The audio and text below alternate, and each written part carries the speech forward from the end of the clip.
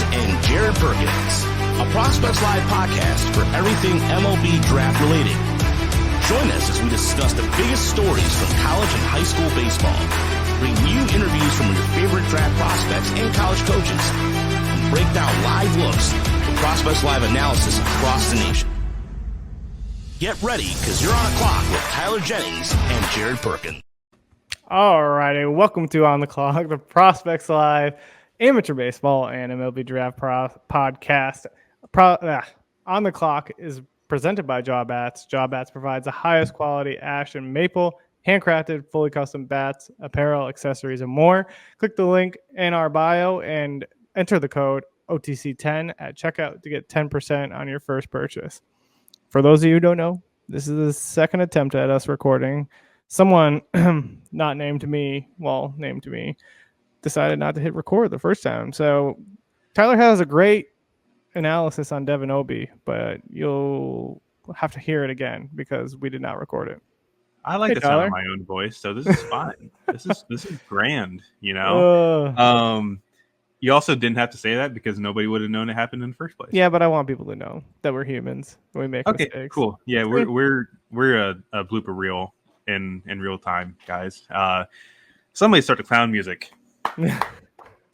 You don't get that blooper though because I didn't hit record. So we have baseball news to talk about.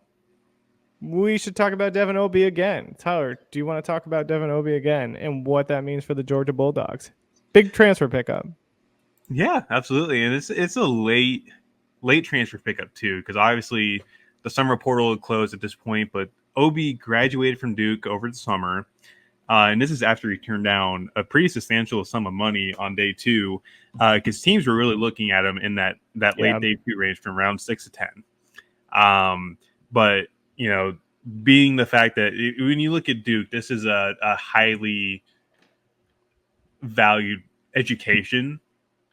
And that's the biggest thing. Some of these guys are going to value the education more. Obee is definitely one of them. He got his degree. He's graduated. He's now going to Athens, Georgia, in the SEC to kind of just test his skills. And the biggest thing for me is this does fill a very big hole in the outfield for Wes Johnson's crew. Their biggest thing was they did not really have the big center field piece in that outfield. And Devin Obee fits it to a T. This is the guy that was one of the best fielders at that position last year. So it was something like a 991 fielding percentage. And he put up pretty spectacular plays as well. So I think he'll do pretty well in that position. And just looking at the bat particularly, I think the power is the calling card of the profile offensively. It's potentially plus power. And when you're kind of looking at it, like, yes, the hit tool is not the greatest. It's a bit shaky. He has his trouble with spin. He struggled with velocity this year. And when you're looking at what the SEC pitching is, that's, in my opinion, one of the things that the SEC has a step ahead of on with the ACC is the pitching is just so much better than what the ACC kind of brings to the table. Like, yes, ACC had Chase Burns this past year. But when was the last time the ACC had an arm like that, of that caliber, you know? So you have to have that consideration put into place. So I'm interested to see how he does in the SEC. I think he'll do pretty well on the defensive side. Offensively, I think he'll hit enough to where it's, 15 plus home runs like he did last year. And I just kind of want to see how he handles with the strikeouts, because obviously, I think it was something like 60 strikeouts this year, but also still walked a good amount too. He doesn't chase a ton. It's a really good pickup for a guy that you usually don't expect to be available in the portal, in the middle of August and September. So I think for Georgia, this is definitely we are making another run for Omaha, and I fully think they can. This is a team 100%. That's coming back with like Trey Phelps, Colby Branch is coming back. You look at the mound, Colton Smith is coming back, and he's probably going to be your ace on the mound this year. Alton Davis is going to be that stalwart in the pen, and the pen was kind of something that they struggled with last year. They brought in some dudes to the pen too. Yeah, they've gotten really, really beefy on that side of the ball now. Brian Curley from VCU. Yep. They got Rylan Zabrowski coming in from Miami, Ohio. He's another outfielder that's going to be in the mix. Jordan Stevens, 97.5 to 97, tops at 99. Yep. Got some Yeah. dudes. Georgia's going to be good. And kind of looking at what Duke has too, obviously this is a big piece for Duke to lose. This is their returning starter, arguably their biggest power back coming back this year. Yeah. It stings, but you kind of look at what they still have, Ben Miller's coming back. This is a guy that really went off last year, was hitting over 400 for most of the ACC play, and is now back. You're looking at AJ Gracia, who's going to be one of the top 26s coming back to campus. And they really only got hit hard on the pitching side. Yeah. Fran Oshul's gone. But you're also returning Andrew Healy, who was a draft eligible sophomore this past year. And then you look at who could replace Obee's power in the lineup. Duke has raved about Sam Harris. This is a kid from Iowa. I think it was a class of 23 graduate. Didn't really play all that much over his freshman year, but he is now going to be shifted into that lineup, and they have raved about the power in that bat. I think he's going to do just fine. We're waiting for that kind of sophomore breakout this year.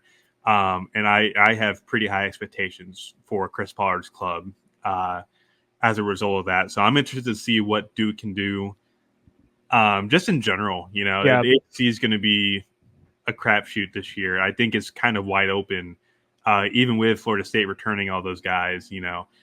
Jamie Arnold's back. Evan Kress is coming in from Jacksonville. Gage Harrelson came in for Texas Tech. Like, that's a lineup that could probably just outright win the ACC this year. But like it's always been, the ACC is strong top to bottom. I'm interested to see what happens, especially with Stanford and Cal now joining the mix. Yeah, I love it. I think it's going to be interesting just to we've talked about like how the transfer portal kind of impacts everything. But Georgia brought in 23 guys. I think they lost 8 who transferred out. A couple guys at the draft, but just kind of wild the talent that they brought in. I was going through some of their lists, and the bats that they got in are saying like Nolan McCarthy from Kentucky, and then a bunch of other dudes. It's just they're going to be good. They're going to be good like they have been for the last few years, and it'll be awesome. And it's a team that hit 151 home runs last year. Yeah. Is there a chance they can outslug that team? I think maybe. I wouldn't be shocked. It's a good shot. I wouldn't doubt it. I'm looking at some of these bats, though. It's like Rylan Zaborowski from Miami, Ohio. He was a big bat. Hit well with GCU. Hit well with Miami, Ohio. Ryan Black from UT Arlington. Not much of a power hitter, I don't think, but more of kind of a on-base type guy. But they're bringing in like guys who can kind of offset some of those power bats, and it's just going to be interesting. Oh, yeah. Love it. Not so fun news.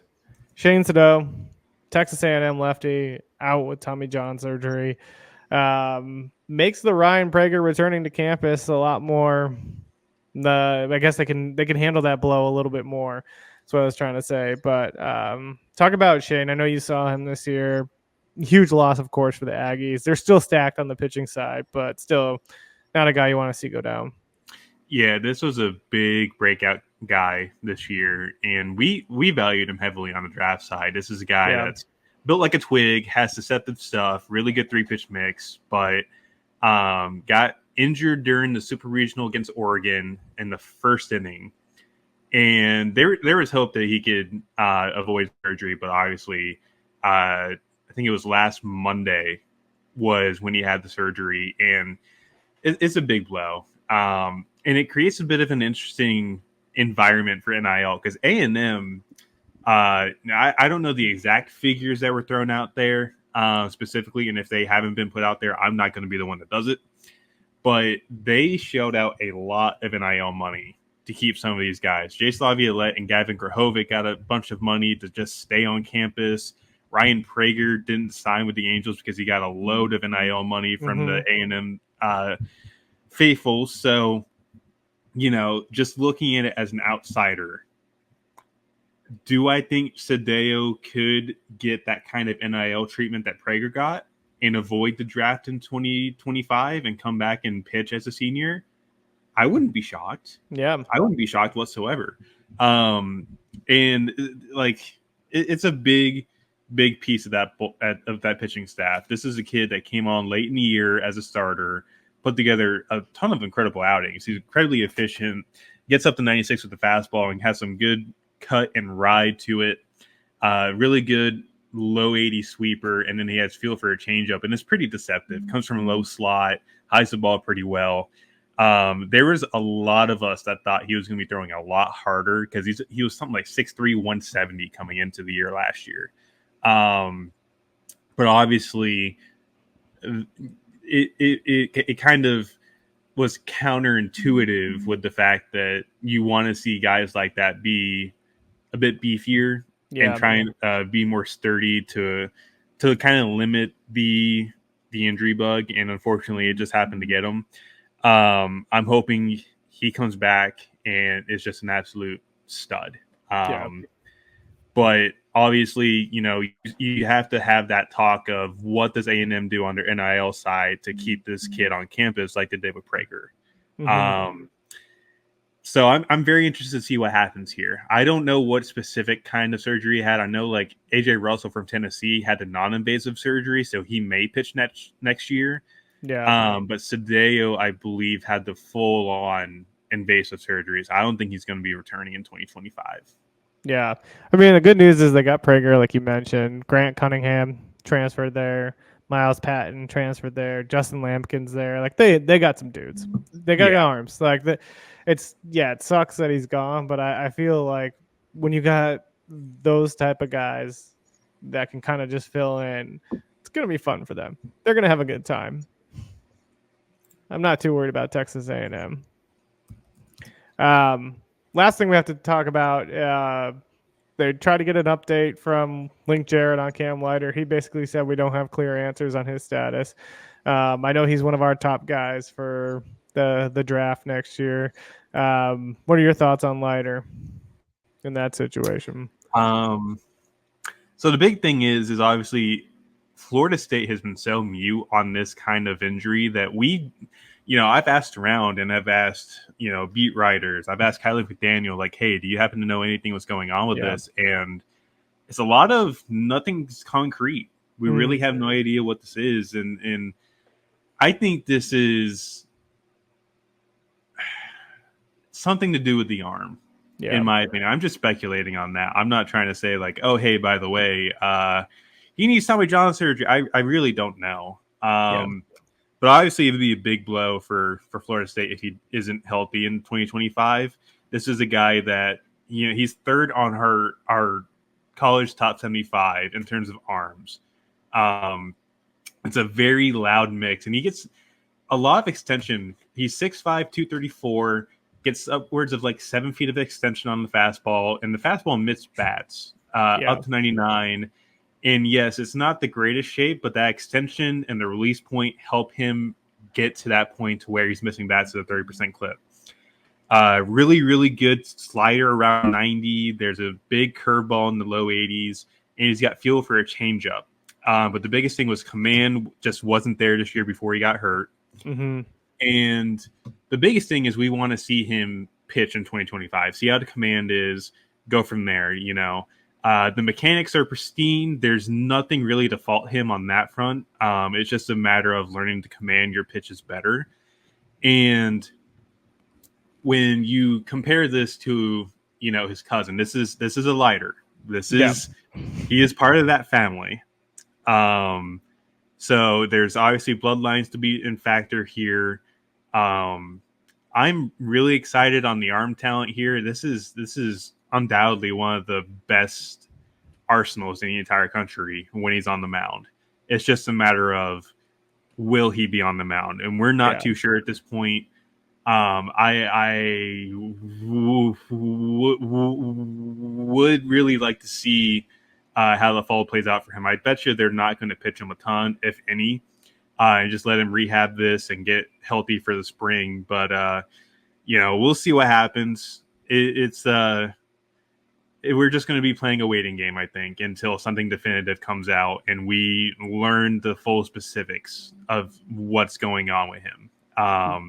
But pure speculation for me, I wouldn't be shocked if there's some sort of arm injury in here. And I'll give Link Jarrett credit. He's playing a masterclass in being very descriptive of what's going on, but also not telling you what's going on. And I think I Things actually are kind of value happening. that. Yeah, I kind of value that as an Yeah. outsider. Like, he's playing hard to get, and I kind of dig it.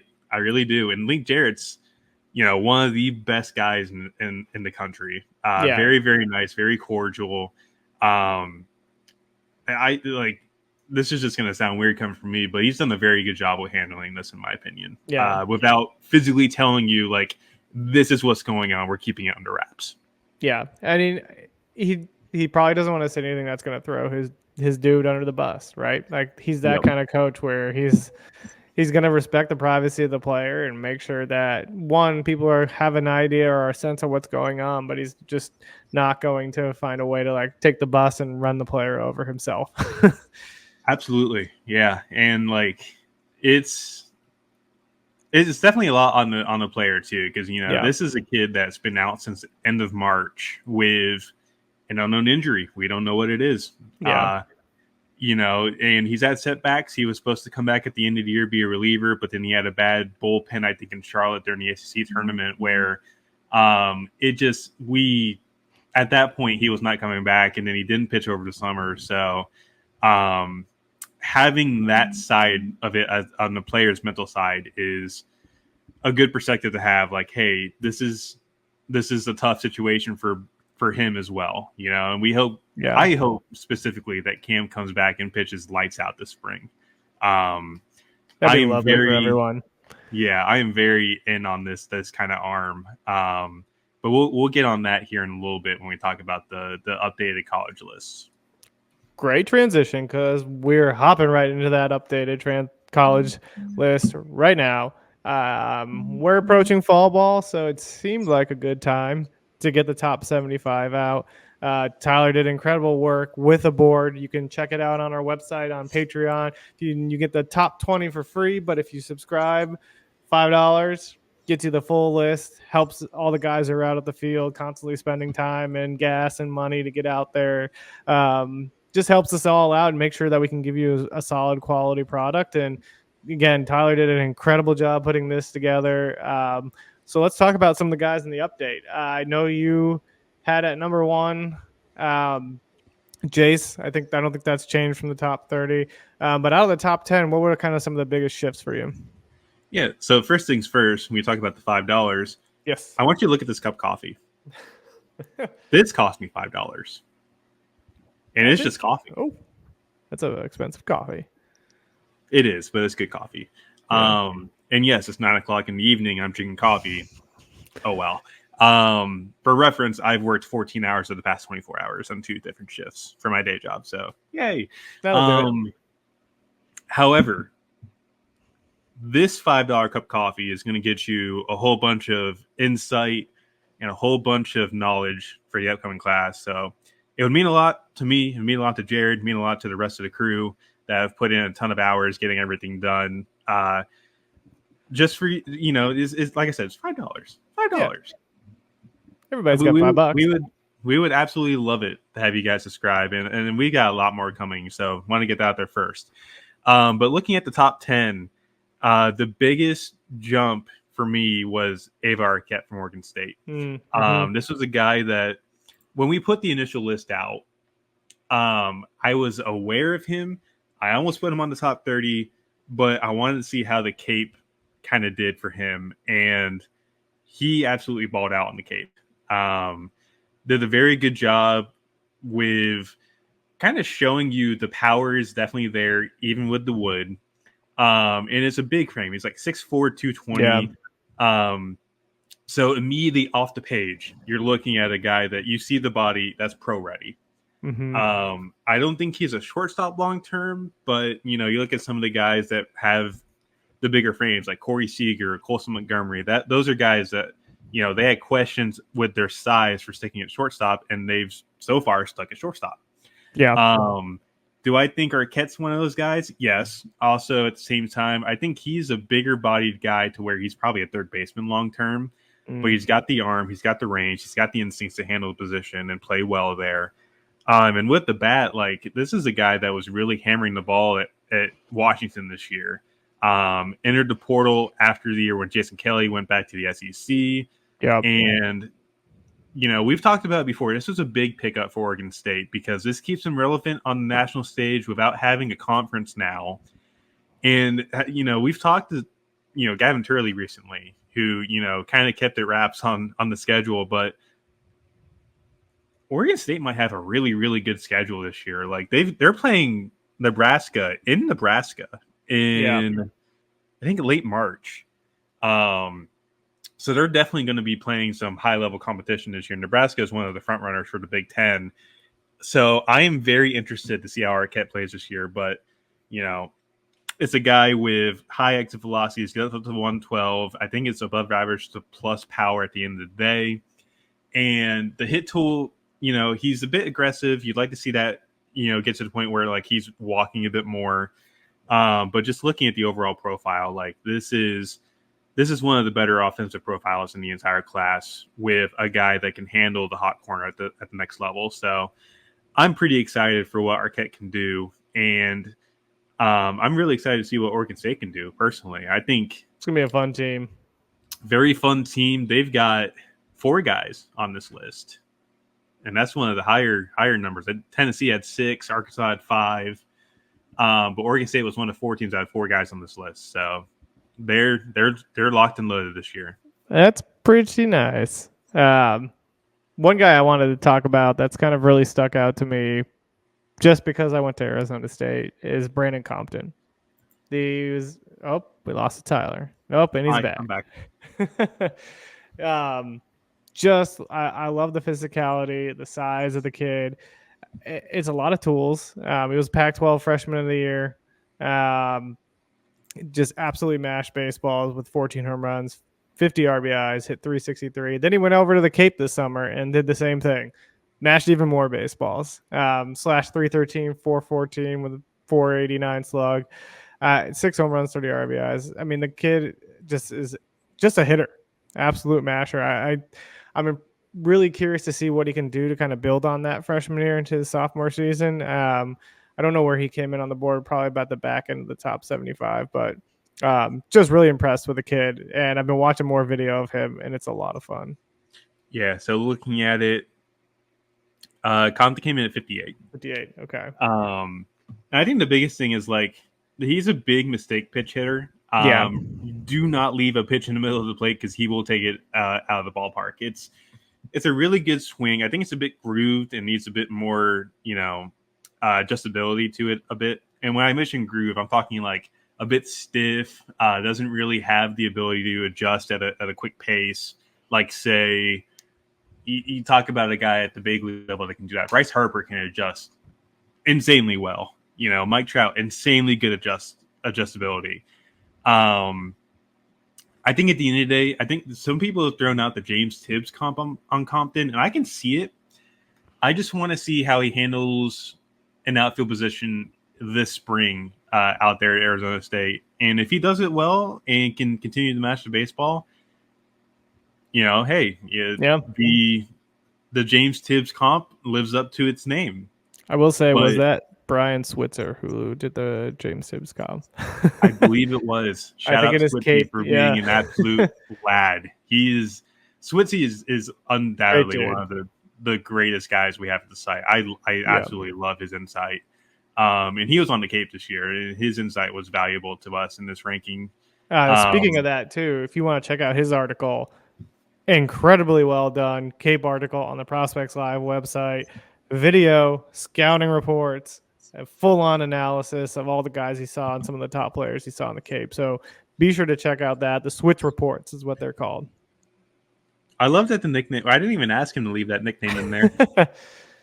I was like, this rips right off. Like, it's amazing. A guy we need to have on the pod and do some live look breakdowns. Yes. Has to happen. Switzy, if you're listening to us, we are going to get you on this pod. Yep. For you, who's the guy you're kind of most excited to see on your top 75 list? Doesn't have to be like one of the top 5 or top 10, but just like overall, like want to see what changes he can make to his game. Like really just excited to get to the field and check him out in person. Yeah. So just ignoring the changes and whatnot, the one guy I'm really excited about is Brendan Summerhill, Arizona. He's been a big riser too. Yep. We pushed him into the top 6 conversation because this is a guy that could play center field next year. At worst, could be a right fielder with good arm strength, and just the swing is beautiful. Backspins the baseball very well. He's growing into his body. There's going to be more power on the way. 87% contact rate this year, handled everything well. I'm fully in on the profile. I think he's going to be insanely good this year, and I wouldn't be shocked if he's a top 15 pick at the end of the day. So I'm excited to see what he can do, and we'll be getting him opening weekend at Shriners. I'm going to make an attempt to go out there. So, just excitement for everybody that's looking in at the outside here. Like, I'm already trying to figure out the spring right now. Yeah. But if there's anybody that on the outside, I would love to see Cade Anderson, Louisiana State. The biggest thing with Anderson, he's a draft eligible sophomore, but if you want to know the name, remember last year during the midweek, he struck out 13 in 5 innings against, I think it was Southeastern Louisiana.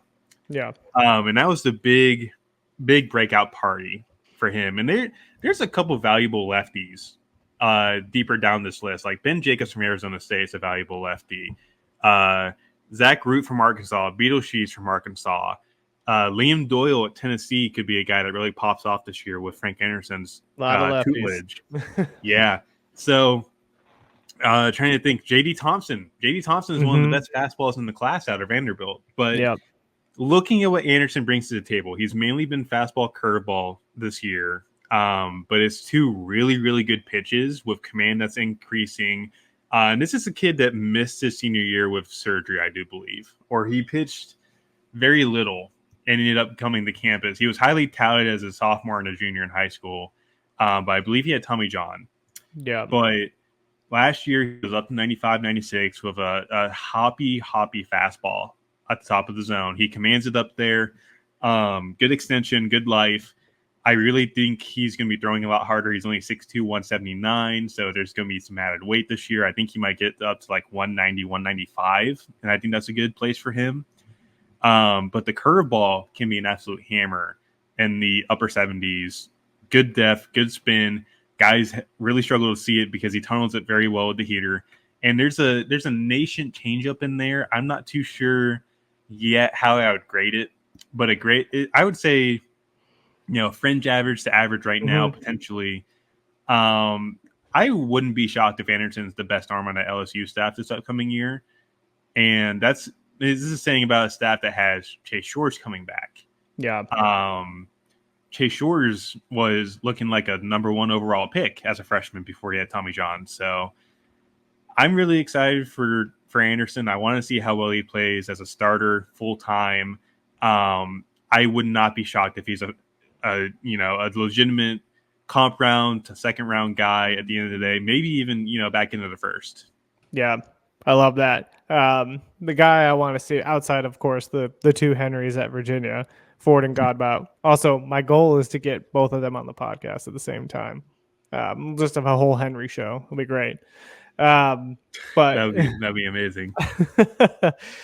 Ike Irish is the guy I'm interested in watching. I would hope I probably won't get to see him in person because I'm not anywhere near an SEC school, but had him on the pod last week. Just like an incredible down to earth kid, like really good head on his shoulders, great makeup. Just a fun left-handed swing. I've been watching some video on him for some of the articles that I've been writing, and man, like it's just a lot of fun to watch. I think he hits the ball on the ground too much, needs to get it a bit more in the air. But he's been impressive everywhere he goes. And he's been playing well behind the dish. One thing he did mention on the podcast, which I thought was very interesting, is he did get the yips behind home plate, I think his freshman year. And then he's like, I went to the Cape and all of a sudden could throw back to the pitcher again. He's like, I was like, cause we're like, how did he get cured? He's like, just went to the Cape and I threw into the pitcher and like, it just wasn't there anymore. And so just kind of cool to hear that kind of story from that kid. Easy guy to root for, and Auburn's I think it's going to be a fun, sneaky good team too, with Cade Fisher and a few other guys getting there. So definitely one guy I'm keeping an eye on. Yeah, shout out Monty, by the way, for hopping in on that. That was a very good podcast from him. And Monty's been doing amazing since he got here. So shout out Monty. Bless you, dude. But yeah, Irish is interesting for me. And like you mentioned the catching. I'm not I don't want to sound like I'm harping on the kid, but like I have been kind of wondering, like, is this a catcher long term? Yeah. And they've brought in Lucas Steele from Stanford, who could be catching. And there's another kid on campus that Peyton Sauer, the Auburn analytics guy that we now have, has been talking about. So I'm wondering how that's going to play out. But I know Irish can play in right field with good arm strength, and he's got the leverage as a left-handed hitter to hit balls out to his pull side. We just haven't seen it a whole lot yet. And on the Cape, he ran a high ground ball rate, but that was also from a tough start that got better as he progressed through the Cape. So I'd like to see, I'm definitely curious to see how everything plays out this upcoming year for him. I think he's undoubtedly one of the best bats in the class. And yes, the college class this year is not the greatest. However, there is top end talent, and he is one of them. So, pretty excited to see what Auburn has this year, and they've got some intriguing arms in that stead as well. So I'm excited to see what they can do. SEC schools always fun. That's the motto here on the podcast. Sorry, Monty. ACC school too. I'm an advocate for the ACC. So same. Last question related to the board. I know you mentioned Ava kind of was one of the biggest risers, but who's really kind of wasn't a guy now all of a sudden has really popped on your radar, entered the top 75, and you're like, okay, this is a guy we really got to pay attention to? So I'll give you two guys, and maybe one of them's got a guy that like my dumb self should have known about more way before this.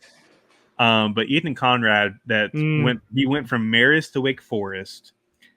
He's number 11 on the list for a reason. Led the nation in triples this past year. I think he had 13. And just mashed at Marist for 2 years. Left-handed bat with a sweet swing. And he's a big power speed threat, honestly. Like, he stole 19 bags on the Cape this year. Only hit 2 home runs, but that's really a result of the swing kind of being flatter than having leverage out front. So he will definitely hit double-digit home runs at the Couch this year, because that ballpark is just so inducive for home runs. And the fact that Wake Forest has done so well with pitching recently, but that's a different kind of discussion to have. But like, he'll only be 21 on draft day, 6'4", 215, has the chance to play in right field. There's just a lot to like about that kind of profile, and I think he's going to be one of the best bats in the ACC this year. Could be an ACC Player of the Year front runner. So I'm very excited to see how he handles the ACC this year. But kind of looking farther down the list of a guy that could just pop up out of nowhere and just immediately impress is Ben Jacobs, Arizona State. He's the guy I've been watching some video of too, and I really like what I've seen. He was on Team USA this summer and just absolutely shoved. Yeah. It's a lefty with a flat fastball up to 94, 95. It misses a ton of bats, and that's one of my scouting pillars is give me a fastball that, pardon my language, fucks. I just put a label on this podcast. Metrics. But, it's a high induced vertical break fastball with good carry and good ride. Yeah. Or sorry, that's the same thing. That's the same thing. Okay, let me restart that sentence. It's a good vertical fastball up to 20 inches of ride. There's good run at the end of it.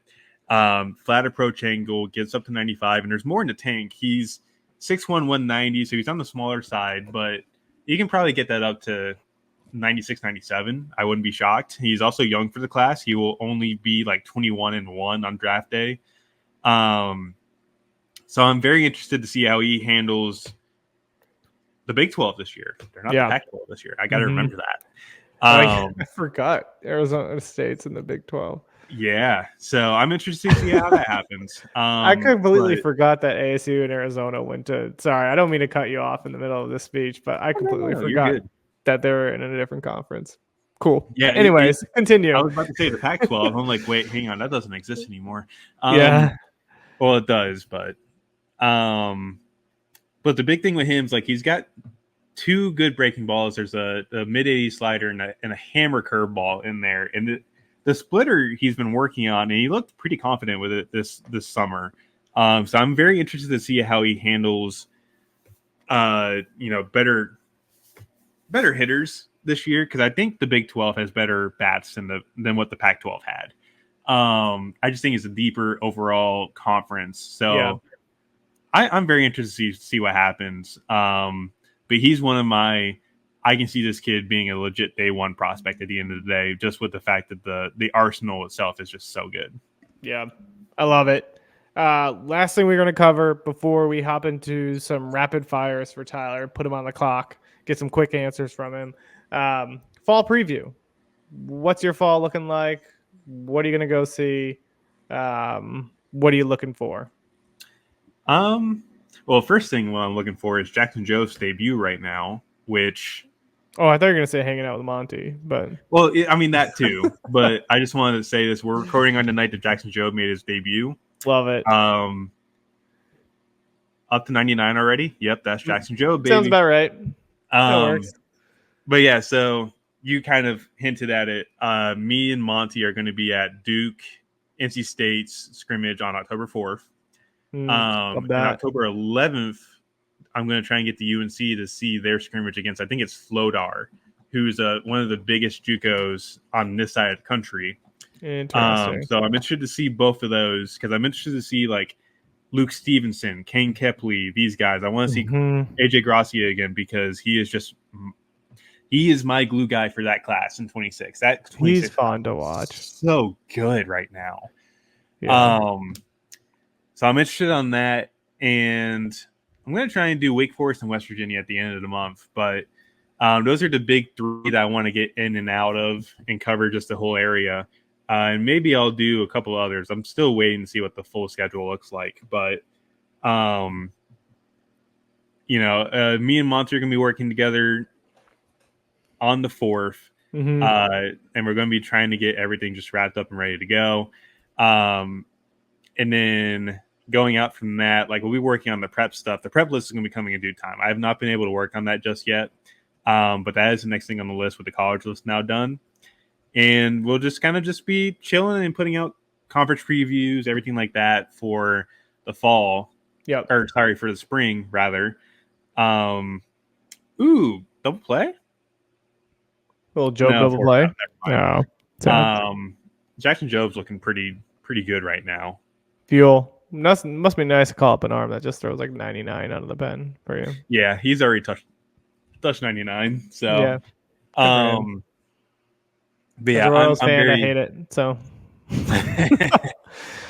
but yeah, I'm very excited for what we have coming up. And like I said, I'm going to try my best to be in Dallas first week of the season. And I've already figured out my SEC schedule for next year. I forgot that the SEC's got their schedules all done. Yeah, ACC, listening to us. Come on, put it out, please. Get it going. So, yeah, I'm very excited for getting down and dirty into this class, man. Yeah. It's going to be fun. But like I said, 2026, that's the class to look out for right now. That looks like a potentially generational class right now. Yeah. Yep.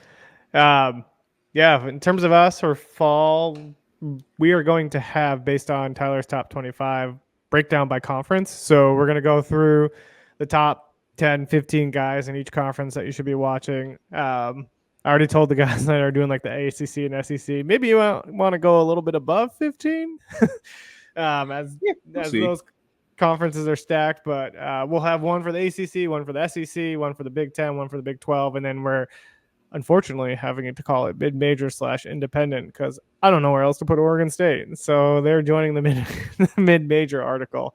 So we'll have some previews coming out based off of Tyler's awesome work. Games I got going on, probably not till October 19th. I got Rutgers versus Georgetown to kick off the fall. Heading out to Maryland versus Virginia to hang out with Monty. Only reason I'm going, not to go see any of the Virginia talent. Just gonna go hang out with Monty. Then Georgetown versus Maryland, catch them, and then UNC Wilmington versus Virginia. So pretty decent fall schedule around here. I'll check like the World Series. Like I think Virginia does like a fall World Series or whatever. So I'll check those out. But should be a fun fall. I'm just excited to go back to the field since it feels like it's been forever, even though the draft was only a couple months ago. But we're ready. We're ready to bring you all the awesome content. We're going to have tons of player interviews still coming your way throughout the fall, throughout the off season, going into next year. We're going to try to get some coaches on as well to give you some insights onto guys to look for in the team, some things that they were seeing this fall. So it's an exciting time at Prospects Live and at On the Clock podcast. Absolutely. And like this has just been a interesting time of the year because your boy's now 26. Now 26, or as my friends like to tell me, I'm 62. Yeah. So yeah, I'm excited for what we have coming up. I'm also excited to experience the terrible hangovers that are destined to come with 26. But I'm old. We're getting up there. No, you're young. You're not 30 yet. I'm 33. Gonna be 34 in January. Well, happy early birthday. Thanks. Appreciate it. Let's not rush that. We don't need to rush there. That's why I tell my kids at work. They keep trying to get me Father's Day gifts every single year now. And all right, joke's over, guys. Yeah, one of them guessed that I was like 32 one day because of turning into a monk over here. But he looked at me straight in the face last year and was like, "Yeah, you're 32." Yeah.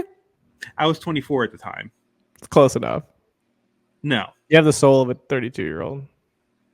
I have the soul of an elderly man that's trying to politely ask his wife where the TV remote is.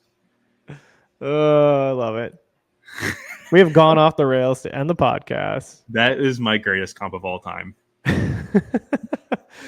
Well, instead of hearing us rant, maybe you can listen to 2025 draft prospect Miguel Sime Jr. Awesome kid. Hope you really enjoy it. And then until next time, we'll see you.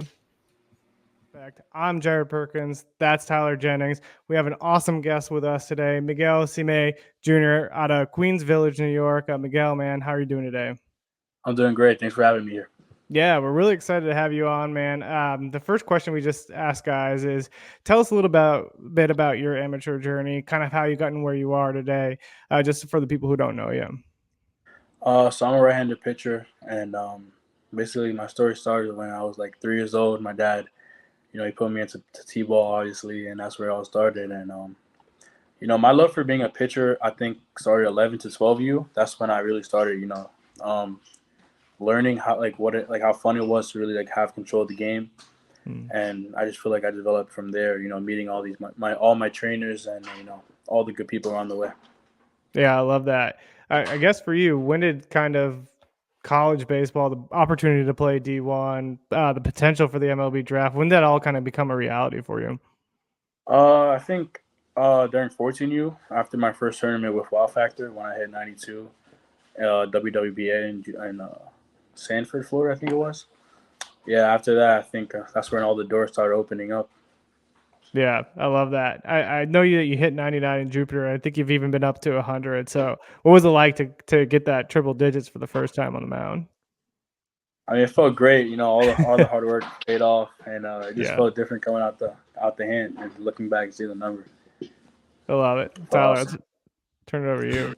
Yeah, speaking of that 100, I kind of just want to ask how you've trained your body to be able to produce that kind of velocity at this age. What have you gone through to get to that point?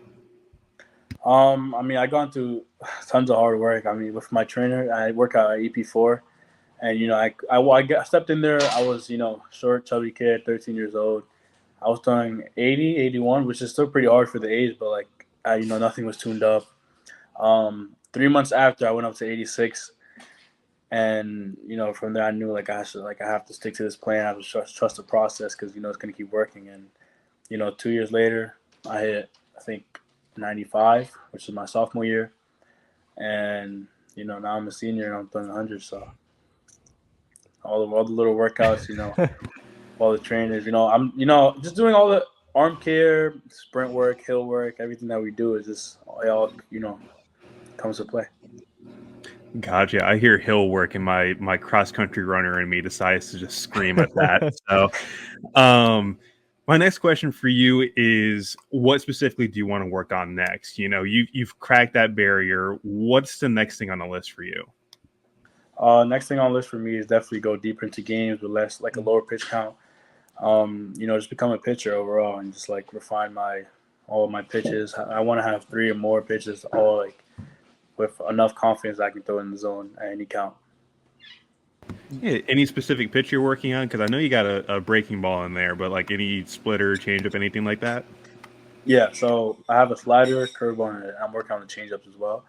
This summer I started throwing it a lot more, and sometimes it worked out. Sometimes, I got gripped a little too tight, and it didn't end up where I wanted it. But, it's just all. I feel like changeups is a field pitch, one of the hardest pitches to learn how to throw. 100% with you. Jared, you got any other questions? Yeah, I was gonna say. So I know you committed to LSU. I always kind of ask guys, kind of what led to that commitment. I kind of have to imagine like Jay Johnson, incredible dude, credible head coach. Yeah. But what kind of drew you to LSU? I mean, I feel like that was just like after speaking to Jay and Wes Johnson when he was there. Now Nate Yeski's a pitching coach, and Josh Jordan. They just like made it feel like home. And the way that they welcomed me there, and I talked to all the players there, and they all said like the way they are with you now, that's the way they're gonna be when you get here. Like they're not gonna change, they're not gonna switch up, and you're not gonna be blindsided by anything. And I just feel like I was like I like that because I hear sometimes a lot of stories about coaches, try to reel you into schools and they change up first day.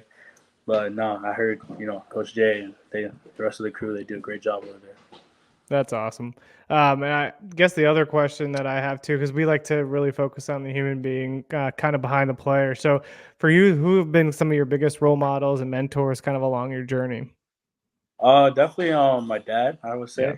Probably my role model. Yeah, the way he just works hard for everything he wants in life. I like to that's the man I want to become, and just follow after him. And then my trainer is definitely another role model. He just pushes me to work hard even when I'm down.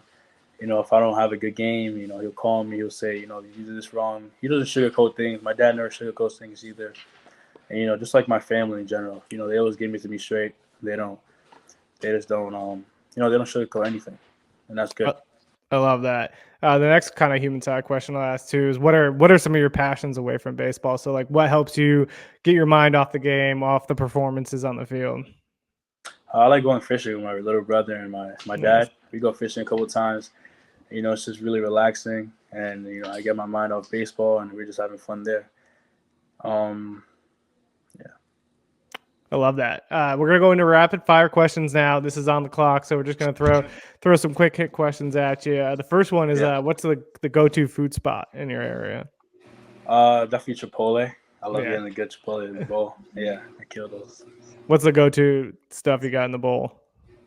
I'll get white rice. I probably get half and half beans. I love beans, and then I'd either get steak. They took out chicken out of our store, so I get steak and then some queso, some sour cream, guac, and lettuce. Yeah. Love it. Next question is, what's your favorite sport outside of baseball? Has to be basketball. Yeah. I just love shooting around when I have the chance. I play outside with my brother all the time too. So it's awesome. Really fun. If you could face one big leaguer, who would it be? I mean, he's on a roll right now, but I think Aaron Judge. I feel like if I do get him to strike out, then that's a great accomplishment, especially the way he's hitting right now. But, whoever it is, baseball, so you never know what can happen. Yeah, I love it. And then the last question I'll ask is, pick your top 3 starting pitchers in the league. One, I would have to definitely go Paul Skeens. LSU, he's doing great right now, and then Chris Sale's doing insane as well, and probably Zach Wheeler. Awesome. I love that.